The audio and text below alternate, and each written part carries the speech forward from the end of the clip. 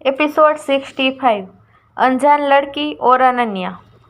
वो बोला, कौन हो तुम सब और तुम्हें यहाँ किसने भेजा है? देखो, मैं तुम सबको वार्न कर रहा हूँ, अगर तुमने मुझे हाथ लगाने की भी हिम्मत की तो तुम सबके लिए अच्छा नहीं होगा।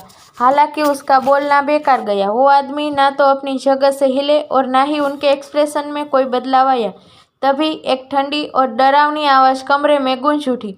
मुझे नहीं लगा था तुम इतनी जल्दी मुझे भूल जाओगे। शांतनु इस डरावनी आवाज़ को पहचानता था। उसकी आंखें हैरानी से बड़ी हो गई। अरशद सिंघानिया, उसने सोचा, क्या उसे सब पता चल गया? नहीं, ऐसा नहीं हो सकता। उसने कहा था अरशद को इस बारे में कभी पता नहीं चलेगा। वह ख्याल आते ही शांतनु कश्यप की रूह कांप उठी। उसके सामने खड़े अरशद के आदमी साइड हो गए।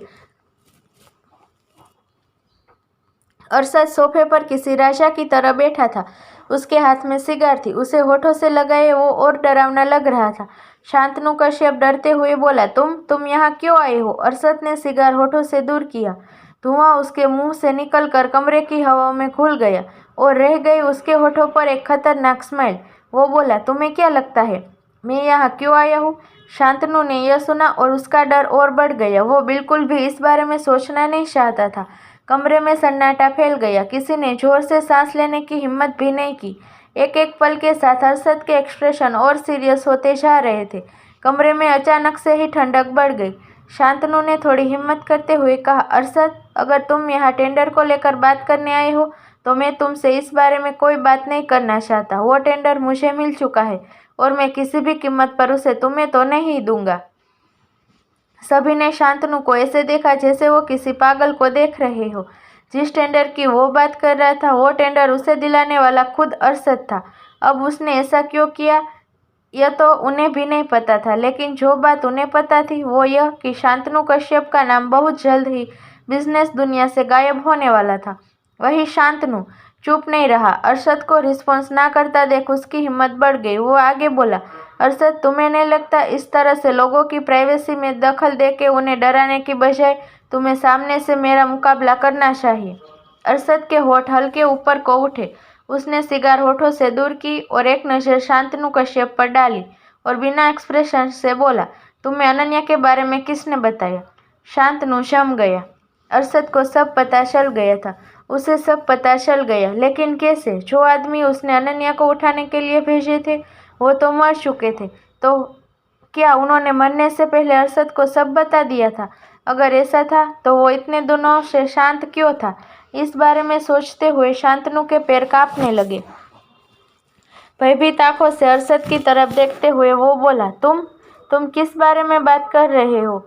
मैं किसी अनन्या के बारे में नहीं जानता।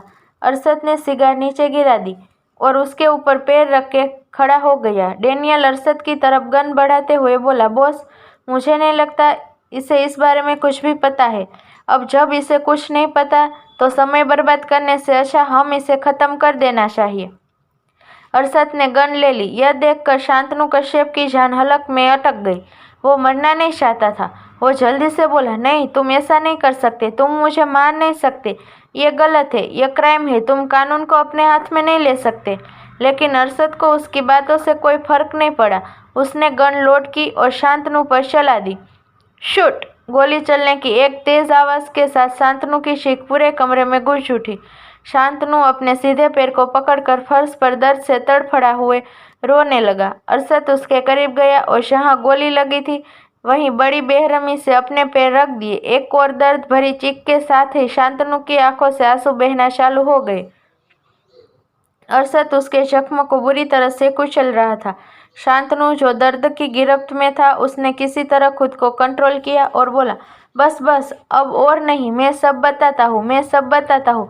मुझे ऐसा करने के लिए क्वीन लारा ने कहा था। उसी ने मुझे तुम्हारे विला का ब्लूप्रिंट दिया था। क्वीन लारा, यह एक नाम सुनते ही अरशद की आंखें आग की तरह लाल हो गई। डेनियल भी यह नाम सुनकर हैरान था। वो अरशद के पास जाकर बोला, बॉस, वो इंडिया आई हुई है। अरशद ने सिर्फ कहा और चला गया। डेनियल से शांतनु को देखा और बोला, इसे हॉस्पिटल पहुंचा दो। यह कहने के साथ ही डेनियल भी कमरे से निकल गया। करीब आधे घंटे के बाद वॉशरूम का दरवाजा खुला और वो दोनों लड़कियां डरते हुए बाहर आई। उन्हें नहीं पता था कुछ देर पहले कमरे में क्या हुआ था। बस वो इतना शांति थी, यहाँ जो भी हुआ था उसका जिक्र गलती से भी उन्हें किसी के सामने नहीं करना था। वहीं दूसरी तरफ श्रुति मीरा के साथ अनन्या क्लब पहुंच गई। काफ़ी सोचने के बाद उसने रेड कलर की full sleeve one piece dress पहनी थी जो उसके नी तक आ रही थी। वो इस ड्रेस में बेहद सुंदर लग रही थी। वहीं श्रुति और मीरा ने blue and white one piece dress carry किया था जिसका साइज अनन्या की ड्रेस से मुकाबले काफ़ी छोटा था। अनन्या भी कुछ ऐसा ही कपड़ा पहनना चाहती थी लेकिन उसके पास उतने शॉर्ट ड्रेसेस नहीं थे। तीनों लड़कियां एक साथ क्लब में एंटर हुई। क्योंकि वो बहुत लेट आई थी इसलिए वहां पहले ही बहुत भीड़ थी। डांस फ्लोर पूरा भरा हुआ था। बार कैबिनेट के पास खड़े लोगों के हाथ में ड्रिंक से भरी ग्लासेस थी। अनन्या के लिए यह एक नया एक्सपीरियंस था। वो चारों तरफ हैरानी से देख रही थी। तभी एक उनके पास आते हुए बोली, हे, तुम दोनों इतनी लेट क्यों हो गई? ये कहते हुए उस लड़की ने अनन्या को देखा और पूछा, यह कौन है? मैंने इससे पहले कभी तुम्हारे साथ नहीं देखा। श्रुति अनन्या के बारे में किसी को नहीं बता सकती थी। इस बारे में सोचते हुए श्रुति बोली, वो मेरी दूर की कजिन है, अभी कुछ दिन पहले ही आई है। यह सुनकर उस लड़की ने अजीब तरह से अनन्या को देखा। अनन्या को उससे ज़्यादा फर्क नहीं पड़ा। क्वीन लारा को अनन्या के बारे में पता चल गया था। यह जानने के बाद अरशद सीधा विला लौट आया। मेड ने उसे बताया अनन्या आज जल्दी ही सो गई थी। अरशद ने उसे देखने के लिए उसके रूम में गया। कमरे में अनन्या को ना पाकर उसकी आंखें सिकुड़ गई। वो अपने रूम में आया लेकिन अनन्या उसके रूम में भी नहीं थी। अनन्या जब बचपन में किडनैप हुई थी तभी से अरशद ने उसके रिंग में ट्रैकिंग डिवाइस ऐड करवा दिया था। उसने फ़ोन निकाला और उसकी लोकेशन चेक की। Diamond club. स्क्रीन पर डायमंड क्लब का नाम देखते ही उसका चेहरा काला पड़ गया। अनन्या, उसने गुस्से में अनन्या का नाम लिया। क्लब से सभी लोग म्यूजिक की धुन पर डांस कर रहे थे। अनन्या साइड में खड़ी होकर सबको देख रही थी। तभी उसके पास एक लड़की आई। उसके हाथ में ड्रिंक का ग्लास था और वह दिखने में भी काफ़ी मैच्योर लग रही थी। उसने अनन्या से कहा, तो तुम्हारा नाम अनन्या है? अनन्या ने उस लड़की को देखा और बोली, तुम्हें मेरा नाम कैसे पता? वो लड़की मिस्टीरियस तरीके से मुस्कुराई। ड्रिंक का एक सिप लेते हुए उसने अनन्या को ऊपर से नीचे तक देखा। उसका इस तरह से देखना अनन्या को खटकने लगा। तभी उस लड़की ने कहा, मैं तुमसे काफ़ी समय से मिलना चाहती थी और देखो आज हमारी मुलाकात हो गई। ये सुनकर अनन्या को कुछ ठीक नहीं लगा और वो वहाँ से जाने लगी। तभी एक बार फिर उस लड़की ने कहा, तुम इतनी जल्दी शादी क्यों कर ली? अनन्या शर्म गई। उसके और अरशद के शादी के बारे में बस कुछ लोगों को ही पता था। फिर वो लड़की, उस लड़की को शादी के बारे में कैसे पता? उसने हैरान होकर उस लड़की को देखते हुए पूछा, कौन हो तुम और तुम्हें मेरे बारे में यह सब कैसे पता है? वो लड़की हंसने लगी। श्रुति ने अनन्या को किसी अनजान लड़की से बात करते देखा। यह अजीब था क्योंकि वो जल्दी किसी से बात नहीं करती थी। वो उसके पास जाते हुए बोली, अनन्या, क्या तुम दोनों एक दूसरे को जानते हो? नहीं, मैं इसे नहीं जानती, अनन्या ने जवाब दिया। श्रुति को वो लड़की कुछ ठीक नहीं लगी। उससे अनन्या ने से कहा, चलो यहाँ से। अनन्या श्रुति के साथ वहाँ से चली गई लेकिन उसके दिमाग में अभी भी उसकी कही हुई बातें घूम रही थी। चलते हुए श्रुति किसी से टकरा गई और उसका फ़ोन उसके हाथ से छूटकर नीचे गिर गया। फ़ोन उठाने के बाद उसने अनन्या की तरफ देखा। वो वहाँ पर नहीं थी। वहीं क्लब के दूसरे फ्लोर के एक कमरे में अनन्या के सामने सोफे पर वही लड़की बैठी थी जिससे वो कुछ देर पहले मिली थी।